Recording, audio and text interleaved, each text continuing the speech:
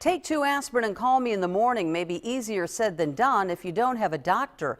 And if you believe much of what we've been seeing and hearing over the past few years, just getting a doctor is becoming more and more difficult. Some medical pundits say there is no shortage of physicians looming in the U.S., but the Association of American Medical Colleges says the threat is not only real, but critical. Tonight, in part 1 of Michiana's doctor shortage, we take a look at the problem by talking to local experts who are in the trenches here in Michiana each and every day. You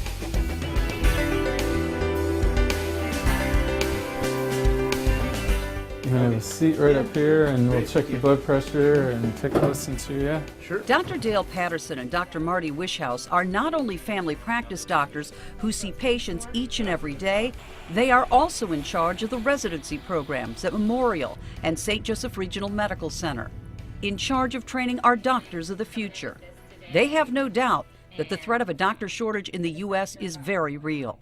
We are definitely facing a doctor shortage. The one thing I can point to is the graduates of our program 5-7 years ago would have job offers and didn't have any trouble finding a job, and there really is a shortage of people looking for family physicians now, and we expect that problem really to get worse into the future. Is there any doubt we have a doctor shortage? Oh, without a doubt.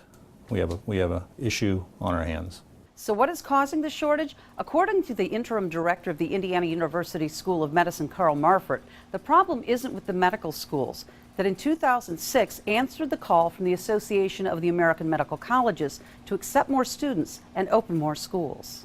Students are graduating from medical school in large numbers, but there are suddenly not enough residency slots available to accommodate all these new graduates. So what happens to them? Certainly in recent years, hundreds, if not 1,000 students nationwide are having difficulty matching. Meaning if you can't get a residency, you can't get a license to practice medicine after spending 4 very expensive years in medical school. With a larger and aging population of baby boomers and more people with insurance, you might ask, how does this happen?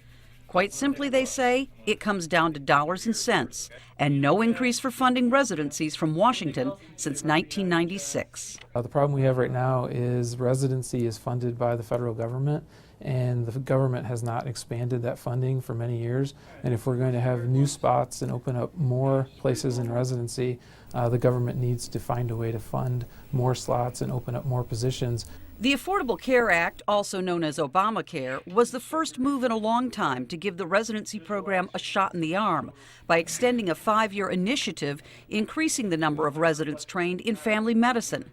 Dr. Wishhouse says that opened 5,500 residency slots nationwide for teaching hospitals, but it's a Band-Aid, an appreciated patch, but not permanent. So in addition to the shortage we have that we're anticipating in 5 to 10 years from now, should we lose those 5,500 funded slots, residencies are going to have to cut back. All agree that if Congress doesn't act now, the United States faces a shortage of 130,000 doctors in just 10 years. And it's pretty simple to figure out what that means for many of us. It will get harder and harder to find a primary care doctor. I remember years ago when they saw this coming, some of the futurists would say, make friends with physicians and make friends with young physicians. And who are the docs that are going to be there to take care of us?